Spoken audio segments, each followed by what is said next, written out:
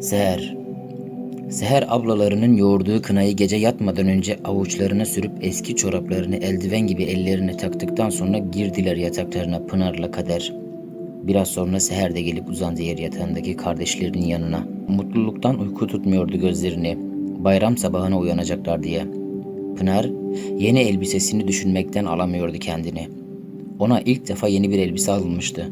Şimdiye kadar hep Kader'in küçülen elbiseleriyle yetinmek zorunda kalmıştı. Kendini yeni elbiselerin içinde düşündükçe içi içine sığmıyordu. Kader'e de yeni ayakkabı alınmıştı bayramlık niyetine. Onun hali de Pınar'dan farklı değildi. Kıkırdayıp durdular yorganın altında gece yarısına kadar. Seher ablalarının kızmalarına da aldırmadılar. Hoş, ablalarının kızmasının yalancıktan olduğunu bilmiyor değillerdi. Kıyamazdı onlara Seher ablaları. Sonunda ikisi de bitkin düştükten sonra ablalarına sarılıp uyudular. Seher'in uykusunu kaçıransa bir başka şeydi. Hayri'nin pastanede buluşma teklifini kabul etmişti. Aynı konfeksiyon atölyesinde çalışırlardı Hayri ile. Arife günü olması nedeniyle yarım mesai yapmışlardı. Atölye çıkışı Hayri yanına yaklaşmış, utana sıkıla buluşma teklif etmişti. Aslında nicedir bekliyordu Seher bu teklifi. Uzun zamandır atölyede gizliden gizliye bakışıp duruyorlardı. İş yerinde dedikoduları çıkmıştı bile. Hiç kimsenin gözünden kaçmazdı atölyede böyle şeyler. Seher de evlilik çağının gelip geçtiğini düşünüyordu. 22 yaşındaydı. Evde kalma korkusunu zaman zaman hissetmeye başlamıştı artık. Onun yaşıtları 18'ine gelmeden evlendirilmiş, çoluk çocuğa karışmışlardı. Gerçi Seher'in de bir iki isteyeni olmuştu ama o istememişti. Hayriye kanı kaynamıştı işte. Uzun boyu, dalgalı saçları, kalın dudaklarıyla yakışıklı bile sayılırdı Hayri. Neredeyse 8 aydır aynı yerde çalışıyorlardı. Aslında kendisi 4 yıldır bu atölyede işçiydi. Hayri ise askerliğini bitirdikten sonra burada çalışmaya başlamıştı. Tatlı bir telaşın evde yarattığı gürültüyle sabah erkenden uyandılar. Seher'in babası Gani, kendisinden 3 yaş büyük abisi Hadi ve 15 yaşındaki kardeşi Engin bayram namazı için evden çıkıyorlardı. Onlar çıktıktan sonra Pınar ve Kader lavaboya koşup ellerindeki kurumuş kınayı yıkadılar. Bayram sabahının verdiği enerji dışında hiçbir şey küçük çocukları sabahın köründe bu kadar canlı ve neşeli kılamazdı. Seher de yaktığı kınayı yıkadıktan sonra bacılarına yardım etti. İyice temizlediler kınaları. İkisinin de elleri nar gibi kızarmıştı. Minicik avuçlarını koklayıp öpüyordu Seher ablaları. Anneleri Sultan ise mutfağa girmiş, kahvaltı hazırlığına başlamıştı bile. Erkekler camiden döndüğünde kahvaltı hazır olmalıydı. Seher annesine yardım için mutfağa giderken küçük afacanlar da bayramlıklarını giymek için odaya koştular. İki ayrı odada serili yer yatakları çarçabuk toplanmış, yer sofrasında kahvaltı hazırlanmıştı. Bayram günleri dışında hiçbir zaman bütün aile birlikte kahvaltı yapmazdı. Erkekler camiden dönünce önce hepsi bayramlaştılar. Sultan Ana dahil hepsi Gani Baba'nın elini öptü önce. Babaları ise sadece Pınar ve Kader'i kucaklayıp öptükten sonra bayram harçlıklarını verdi. Sonrasında çocuklar annelerinin elini öperken Sultan Ana uzun uzun sarılıp öptü bütün çocuklarını. Kardeşler de birbirleriyle öpüşüp bayramlaştılar. Pınar ve Kader büyük abileri Hadi'den bayram harçlığı kopardılar. Seher de kızdığını bilmesine rağmen küçük kardeşi Engin'e sarılıp uzun uzun öptü. Normalde Engin kıyameti koparırdı ama hem bayramdı hem de sarılıp öpen Seher ablasıydı. Çok severdi ablasını.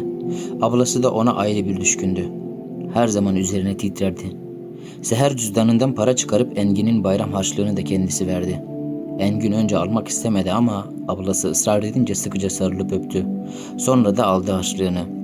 Bütün aile keyifli bir sohbet eşliğinde yaptılar kahvaltılarını. Öğlene kadar komşularla karşılıklı bayram ziyaretleri tamamlanmış, evin erkekleri ayrı ayrı çıkıp dışarı gitmişlerdi. Seher'in Hayri ile buluşmasına 3 saat vardı fakat annesine dışarı çıkacağını hala söylememişti. Sultan Ana çocuklarına çok düşkündü. Ama Seher'in yeri ayrıydı. Seher, onun sadece kızı değil, can yoldaşı, sırdaşı, dert arkadaşıydı. Seher'e karşı diğer çocuklarına olmadığı kadar toleranslıydı. Bir iki tembihten sonra uğurladı kızını. Nereye gittiğini sormadı ama tahmin edecek kadar tanıyordu Seher'i. Adana Adliyesi'nin karşısındaki pastanede Hayri ile buluştular. İçeri geldiğinde Hayri tek başına bir masada oturuyordu. Kalktı elini sıktı Seher'in. "Hoş geldin, bayramın mübarek olsun," dedi.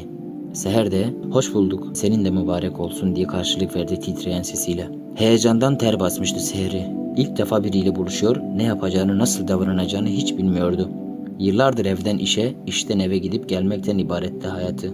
Atölyedeki kızlar zaman zaman anlatırlardı böyle şeyleri ama bizzat yaşamak başka bir şeydi. Neyse ki Hayri oldukça rahattı. Seher'in kalp atışları normale dönünceye kadar havadan sudan konuştu Hayri. Sonra biraz kendi ailelerinden ve geçmişlerinden konuştular. Konuştukça açıldı, rahatladı Seher. Sanki yıllardır Hayri ile birliktelermiş gibi güvende hissetti kendini. Bunda elbette Hayri'nin payı büyüktü. Konuşmasıyla adeta büyülemişti Seher'i. Belli ki Hayri bu konularda deneyimliydi. Ama olsun, normaldi. Sonuçta erkekti Hayri. Tabii ki başka kızlarla da görmüş olabilirdi. Önemli olan şu an kendisiyle bu kadar güzel ve etkileyici konuşuyor olmasıydı. Hayri konuşurken başını öne eğiyor, Seher de fırsattan yararlanıp iyice inceliyordu onu. 2 saatin sonunda pastaneden çıkıp vedalaştıklarında Seher'in ayakları yere basmıyordu.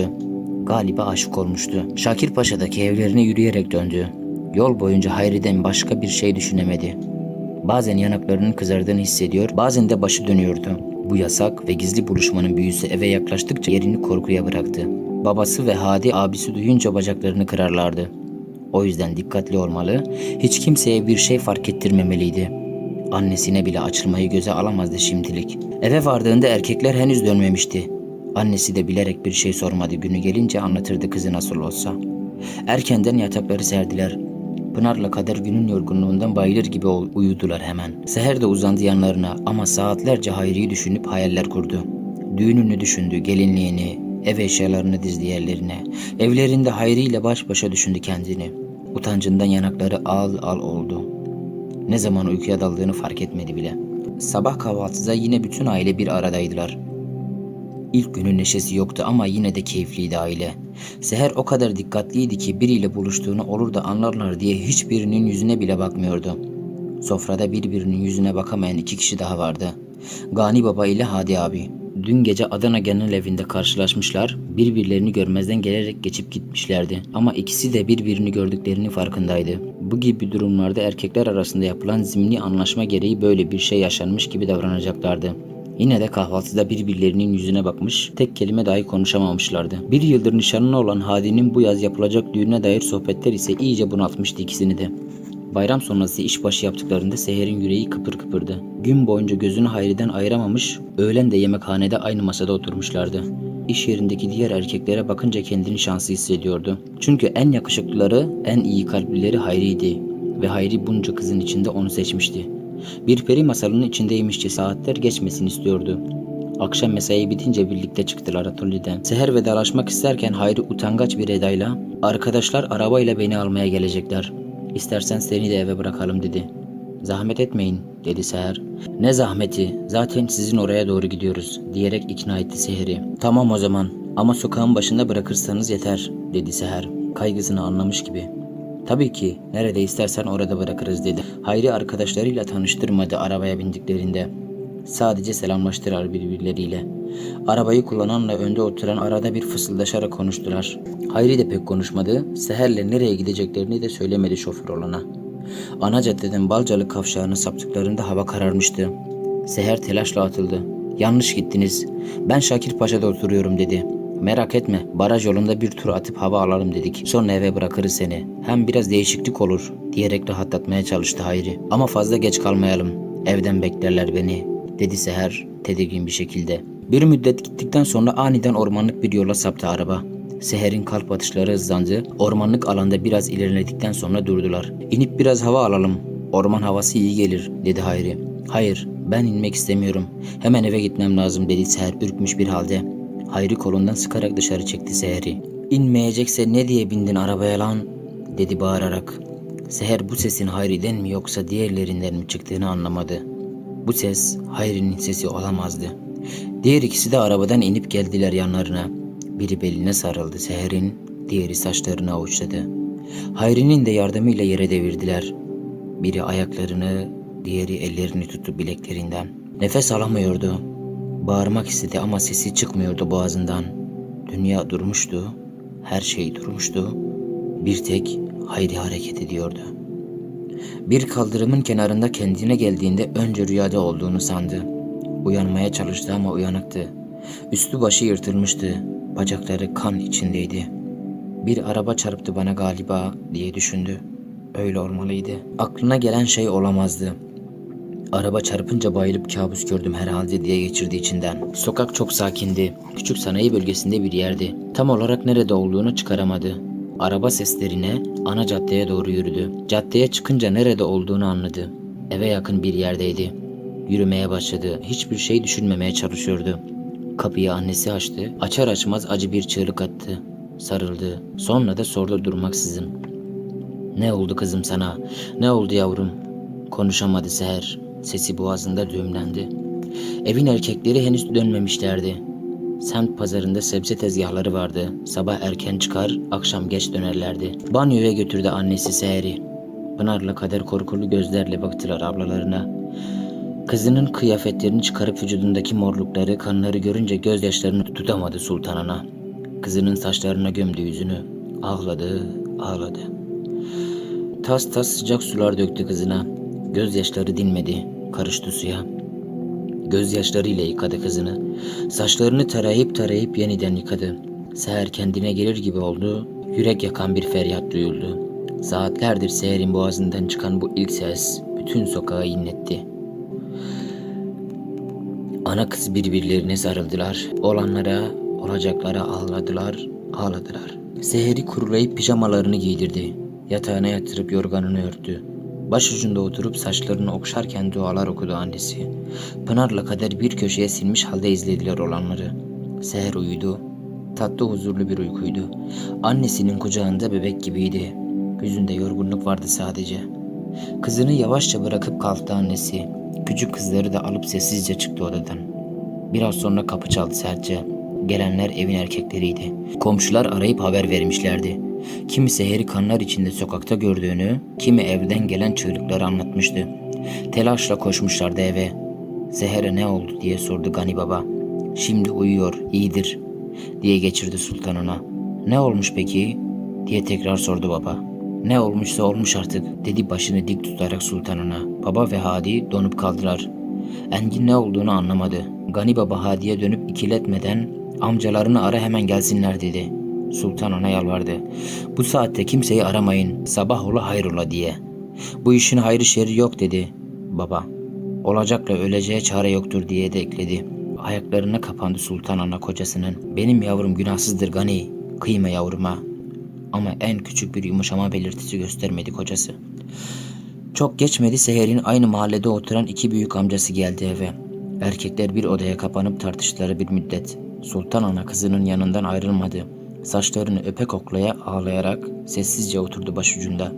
Amcalar hiçbir şey demeden çekip gittiler. Hadi girdi Seher'in uyuduğu odaya. "Sen dışarı çık ana," dedi. "Çıkamam oğlum, kızımı bırakamam. Nereye götürüyorsanız beni de beraber götürün," diye kararlı bir şekilde meydan okudu Sultan Ana. "Sen araya girme ana, bu senin işin değil. Namus bizim namusumuzdur," dedi Hadi. "Sizin namusunuz batsın," diye bağırdı Sultan Ana. "Benim kızım günahsızdır, uzak durun kızımdan." Seher yarı baygın bir şekilde gözlerini açtı. Abisiyle göz göze geldiler. İkisinin de gözleri doldu ama Hadi yüzündeki sert ifadeyi bozmadı. Anladı Seher her şeyi. Kalktı, yavaşça banyoya girip giyindi. Giyindikten sonra anasının yanına döndü vedalaşmak için abisinden izin istedi. Odadan çıktı Hadi. Seher anasına sarıldı sıkı sıkı. Ağlamaktan konuşamadılar. Pınar'la Kader de korkmuş ağlıyordu. Seher küçük bacılarına defalarca sarıldı, kokladı, öptü. "Ablanızı unutmayın olur mu?" dedi. Ne olduğunu tam anlamasalar da kötü bir şey olduğunun farkındaydı çocuklar. İnmek istemediler ablalarının kucağından. Babaları seslendi dışarıdan. "Çık dışarı, gidiyoruz," dedi. Sultan Ana kızını arkasına sakladı. "Önce beni öldürün," dedi sertçe. Kocası bir tokatla yere yıktı Sultan Ana'yı. "Çekil şuradan," diyerek küfürler savurdu. Yerden kalkamadan ayaklarına atıldı kocasının. Yalvardı, dövündü, paralandı. Ama kâr etmedi. "Bana mısın?" demedi kocası. Seher'in yüzüne bile bakmadan eliyle kapıyı gösterdi. Başını öne eğip yürüdü Seher. Dışarıda bekleyen kamyonetlerine bindiler hep beraber. Komşuları perdelerini aralayıp sessizce izlediler Seher'in götürülüşünü. Yol boyunca kimseden çıt çıkmadı. Seher, Engin'le birlikte arka koltukta oturuyordu. Engin'in elini sıkı sıkı tutmuş, bırakmıyordu. Engin babasının korkusu olmasa ablasına sarılmak istiyordu. Şehir dışında boş bir arazinin kenarında durdular. Önce Seher indi, diğerlerinin inmesini bekledi. Güzel, duru yüzü ay ışığıyla aydınlanmıştı. Babaları en önde, arkasında Seher, onun da arkasında Hadi, en arkada Engin, tek sıra halinde arazinin içlerine doğru yürüdüler. Adana'nın ayazı toprağı doldurmuştu. Sert toprağa basarken çıkardıkları sesler dışında hiçbir şey duyulmuyordu. Babaları durdu, arkadakiler de. Döndü Gani Baba. Silahını çekti belinden. Engin'e uzattı. Başı yana düştü Seher'in. İlk defa metanetini kaybetti. Baba sana kurban olurum. Engin'ime kıymayın. O daha çocuktur baba. Hapislere dayanamaz. Ben kendimi öldüreyim baba. Bırak ben kendimi sana kurban edeyim. Sen Engin'imi bana kurban etme baba, dedi yalvararak. Gani Baba gözyaşlarına engel olmaya çalışarak oğlum, al Engin, bu iş burada bitsin dedi sertçe. Engin uzandı, aldı babasının elindeki tabancayı. Şaşkınlığı ve korkusu yüzünden okunuyordu. Hava soğuktu, Engin çocuktu, tabanca ağırdı, titriyordu eli. Hadi abisi diz çök dedi Seher'e, duygularını gizlemeye çalışarak. Müsaade et elini öpeyim baba, dedi Seher bitkin bir halde. Elini uzattı babası, öpüp alnına götürürken hakkını helal et baba dedi. Bir eliyle gözlerini kurulamaya çalışan babası zorlukla helal olsun kızım, sen de helal et diyebildi. Helal olsun dedi Seher. Döndü Hadi abisine sarıldı. Helallik istedi. Put gibi sessiz hareketsiz durdu Hadi. Engin'e sarıldı en son. Silahı yere bırakıp ablasına sıkı sıkı sarıldı Engin de. Defalarca öptü kardeşini Seher. Saçlarının kokusunu derin ciğerlerine çekti, bırakmadı. Diz çöktü yere Seher. Silahı yerden aldı Engin. Ablasının ensesinin üstüne dayadı namluyu. Namlu titredi. Ben sana kurban olurum Engin'im, dedi Seher. Korkma ablası kurban. Hiçbir şeyden, hiç kimseden korkma. Hapiste sağlığına dikkat et, diye yüreklendirdi küçük kardeşini. Engin gözlerini sıkıca kapadı. Seher abla, diye bağırdı. Sesine silahın sesi karıştı.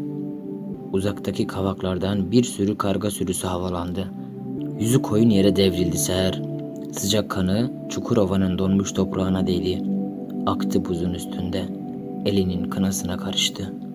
3 erkek akşamüstü ormanda hayallerini çaldı Seher'in. 3 erkek gece yarısı boş bir arazide canını aldı Seher'in.